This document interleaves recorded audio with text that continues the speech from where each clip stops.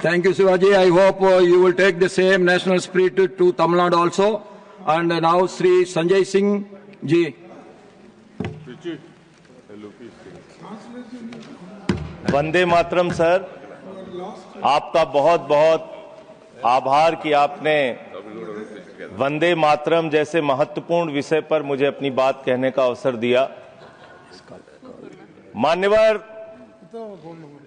मैं सोच रहा था कि वंदे मातरम के बारे में उसके 150 वर्ष पूरे होने पर यह चर्चा सरकार के द्वारा क्यों प्रायोजित कराई जा रही है। एक तो यह अच्छी बात है कि देशभक्ति की भावना का विकास सबके अंदर हो।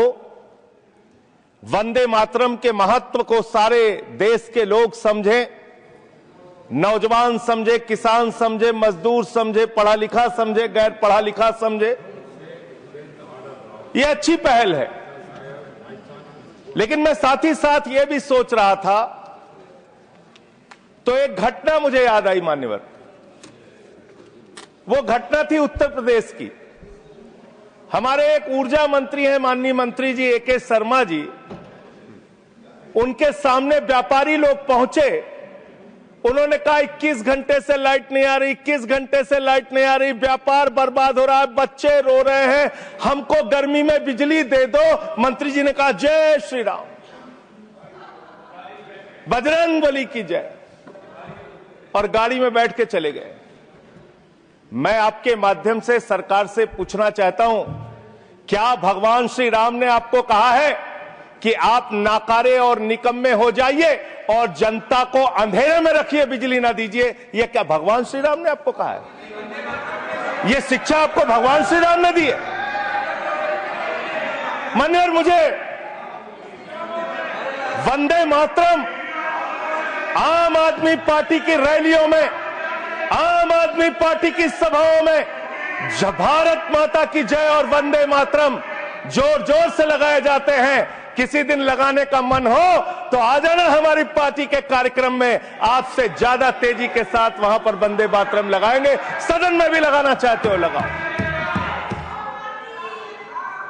तो आप इन नारों के पीछे, ये नारे देशभक्ति के हैं, ये नारे देश की रक्षा के हैं, ये नारे देश को आजादी दिलाने के लिए हैं। ये नारों के पीछे अपने गुनाहों को छिपाने के लिए नारे नहीं है, मैं कहना चाहता हूं मान्यवर। और आप क्या कर रहे हैं?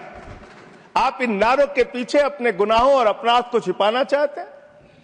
वंदे मातरम का मतलब क्या है? वंदे मातरम का मतलब है मातृभूमि की वंदना। मातृभूमि की वंदना। हम मातृभूमि की वंदना करते हैं, तो आप कैसे मातृभूमि की वंदना कर रहे हैं? अरे 1 रुपए में तो एक आम नहीं मिलता।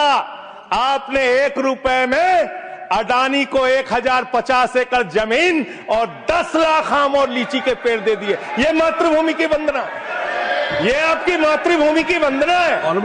आप मातृभूमि को बेचकर मातृभूमि की वंदना कर रहे हैं। ये मातृभूमि की, आज वंदे मातरम पे ही बात करूंगा सर। मातृभूमि की वंदना, मातृभूमि की वंदना हिंदुस्तान के एयरपोर्ट को बेच के नहीं हो सकती।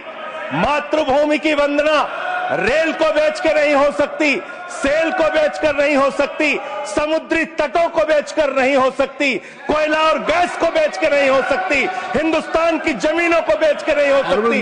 तुम लोग मातृभूमि को बेचने वाले लोग हो, तुम मातृभूमि की वंदना करने वाले लोग नहीं हो। मान्यवर, वंदे मातरम पे ही सुनिए। आज वंदे मातरम के अलावा कुछ बोलूंगा ही नहीं। मातृभूमि की वंदना, इस मातृभूमि की वंदना में जब यहां पे लीडर ऑफ द अपोजिशन बोल रहे थे, मान्यवर, honourable I am not yielding sir, I am not yielding sir, sir I am not yielding sir, I am not yielding sir. जब लीडर ऑफ अपोजिशन बोल रहे थे, ऑथेंटिकेट इट प्लीज देन। जब leader, sir I am not yielding, sir I am not yielding. जब यहां पे leader of opposition बोल रहे थे, नो पॉइंट ऑफ ऑर्डर, खड़गे साहब, उनके मुंह से नो पॉइंट ऑफ ऑर्डर, दलित शब्द निकल गया, दलित शब्द निकल गया। पूरी की पूरी भारतीय जनता पार्टी हाउस में खड़े होकर विरोध करने लगी। दलितों से इतना चिढ़ है आपको? क्या दलित भारत माता के बच्चे नहीं? क्या पिछड़े भारत माता के बच्चे नहीं? क्या आदिवासी भारत माता के बच्चे नहीं? अगर दलितों, पिछड़ों, आदिवासियों की बात होगी तो आप विरोध करोगे? I'll have to give it to LOH. आप विरोध I'll have to करोगे? give it to LOH. You are not on the topic. LOH. Just in a minute. LOH. Sir दो बातें हैं। Please. LOH is on its legs. LOH is on its legs. Sir दो बातें हैं। एक तो हम चाहते हैं कि डिबेट, हेल्दी डिबेट हो, तर्कों के साथ हो।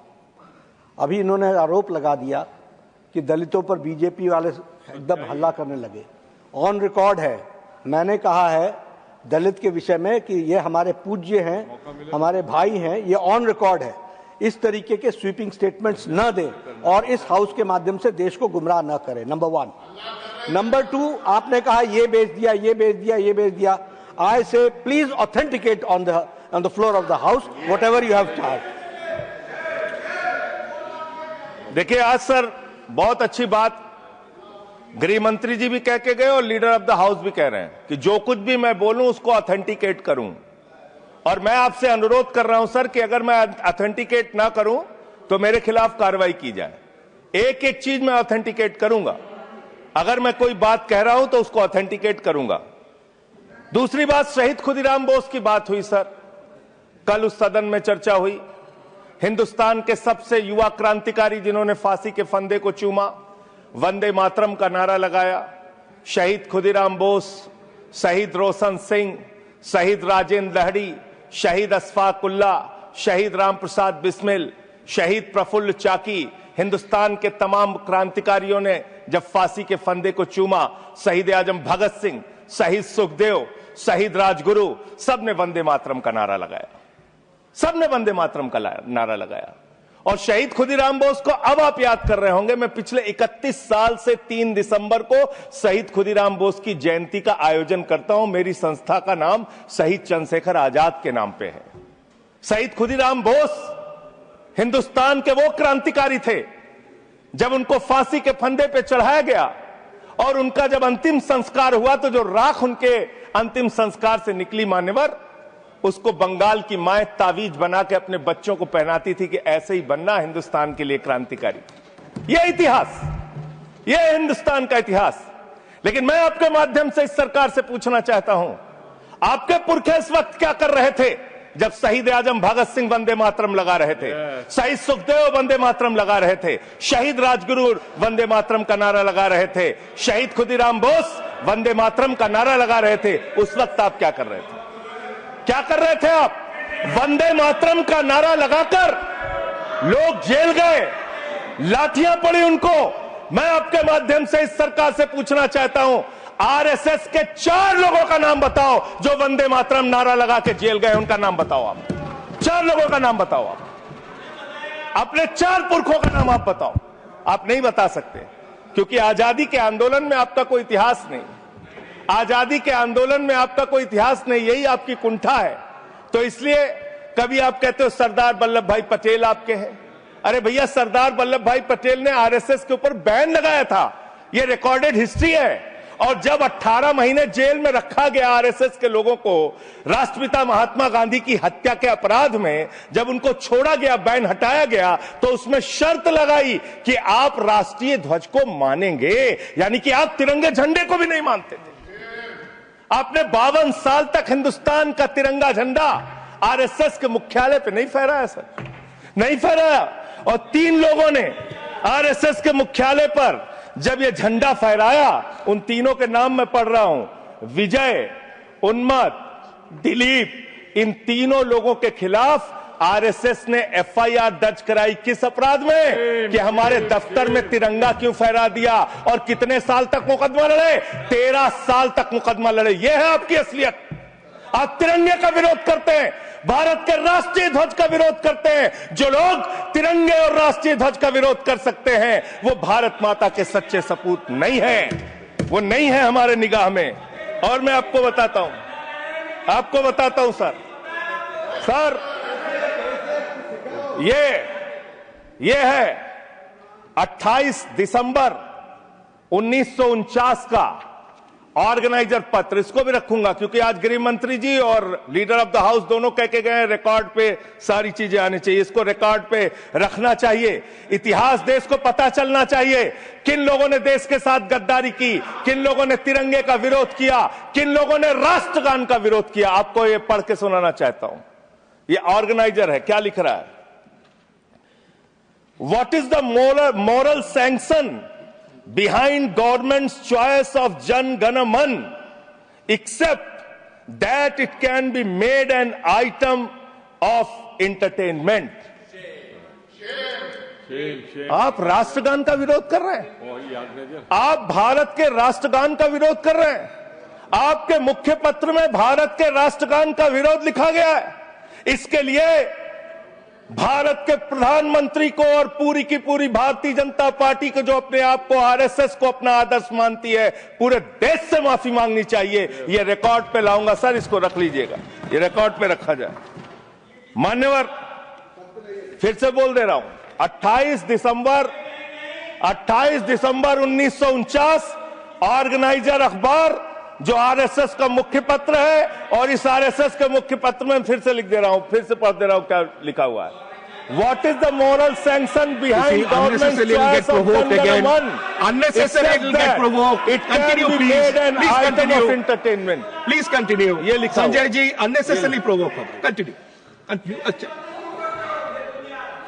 सर, मैं आपसे ये कहना चाहता हूं कि आपने तिरंगे का विरोध किया, राष्ट्रगान का विरोध किया, वंदे मातरम आपने लगाया नहीं कभी। कोई आपका व्यक्ति देश की आजादी के आंदोलन में जेल नहीं गया कभी। आपने कोई देश के लिए, हमारे यहां अवधि में कहावत है, नाखून कटाए कि शहीद ना बना भैया। तू तो नाखूनों नहीं कटाया भैया, बिना नाखून कटाए शहीद बना चाहता है, बिना नाखून कटाए शहीद। ऐसे काम नहीं चलेगा सर। जिन्ना का भी जिक्र कल दूसरे सदन में हुआ, प्रधानमंत्री जी ने जिक्र किया।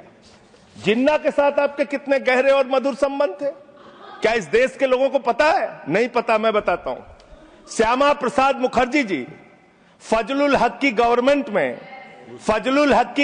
में फाइनेंस मिनिस्टर थे, और फाइनेंस मिनिस्टर रहते हुए उन्होंने अंग्रेज गवर्नर को चिट्ठी लिखी थी।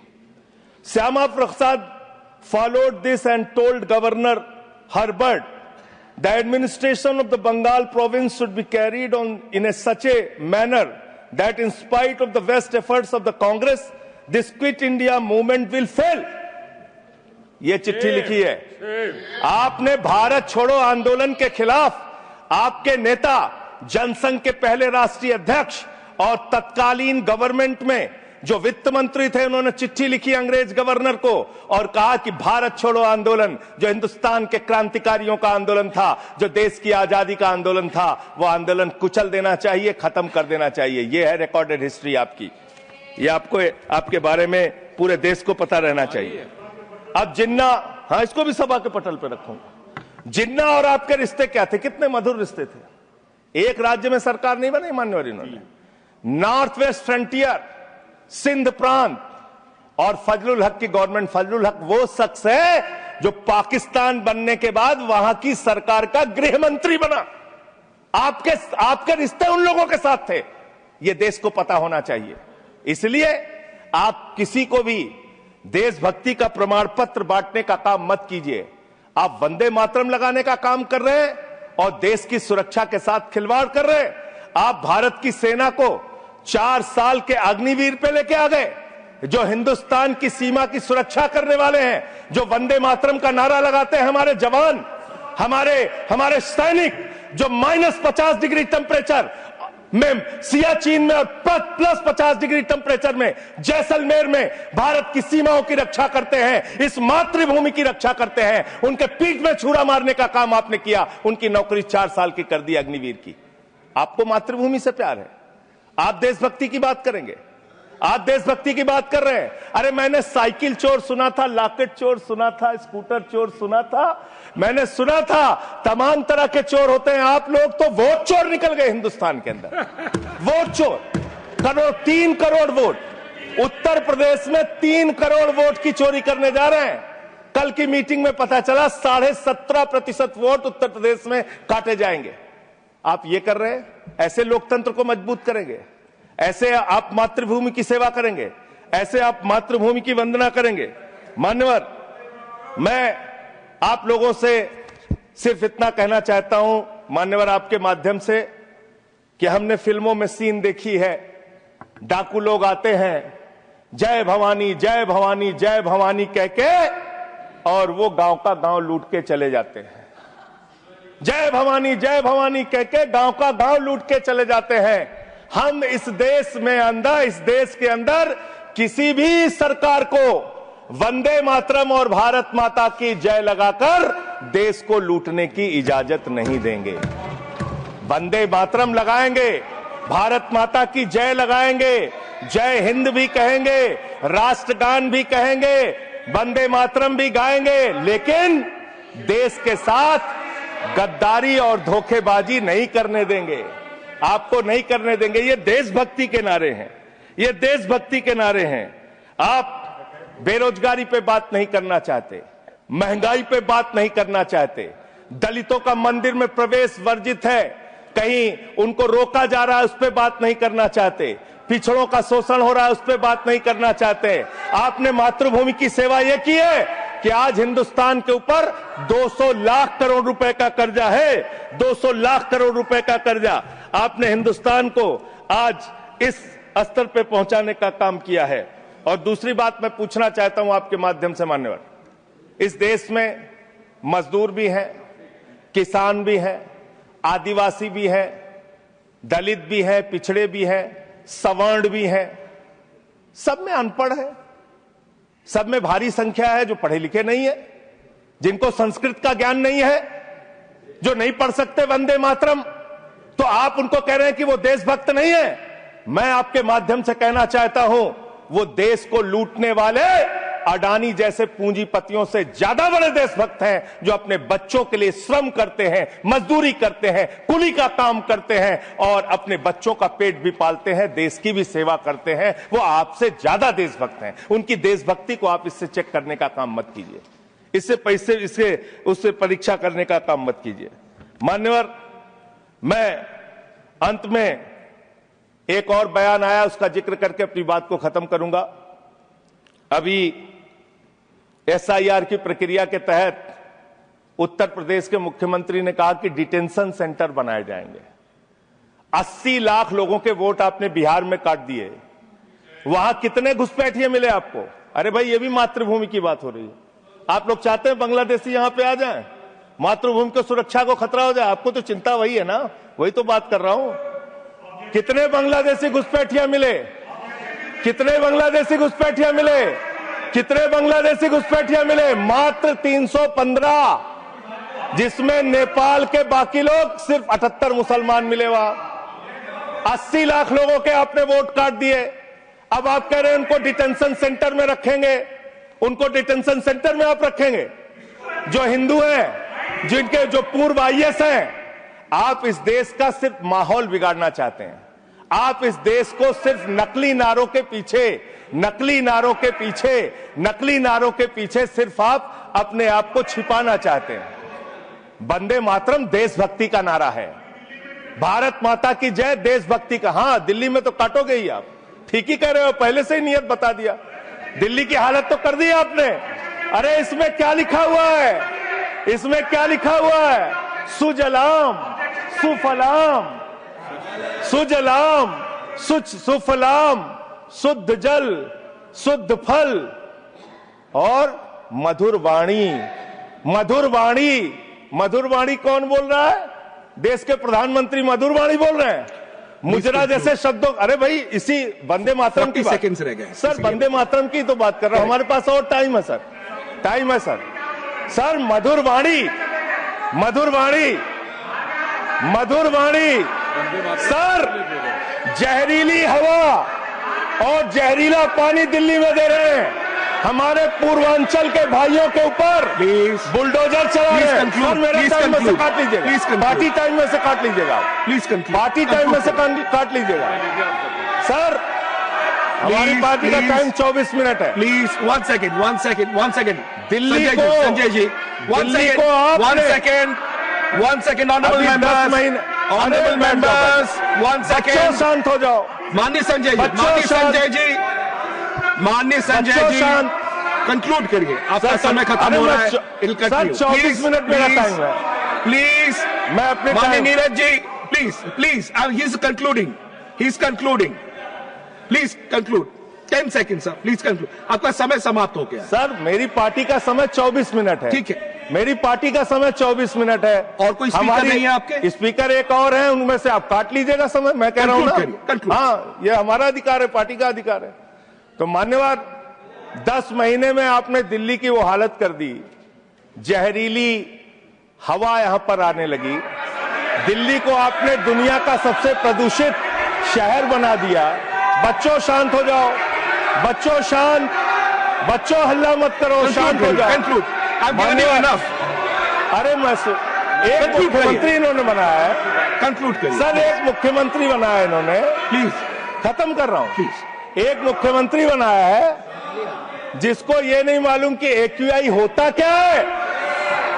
कंक्लूड करिए। वो टेम्परेचर बता रही है। ये हालत है। Thank you. तो इसलिए मैं अंत में इन्हीं लाइनों के साथ कि पहले ये तय करो कि वफादार कौन है। ये वक्त तय करेगा कि गद्दार कौन है। ये वक्त तय करेगा कि गद्दार कौन है। पहले Thank ये you. तय करो कि वफादार कौन है। ये वक्त तय करेगा कि गद्दार कौन है। वंदे वंदे थैंक यू, वंदे थैंक यू। वंदे वंदे वंदे वंदे वंदे। कोई बीजेपी वाला वंदे मातरम नहीं लगाया सर। Thank you.